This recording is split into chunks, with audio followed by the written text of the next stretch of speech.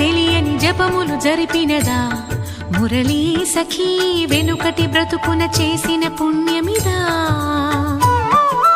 తనువును నిలువున తొలిచిన గాయములే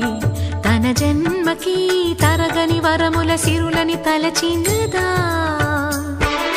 కృష్ణాని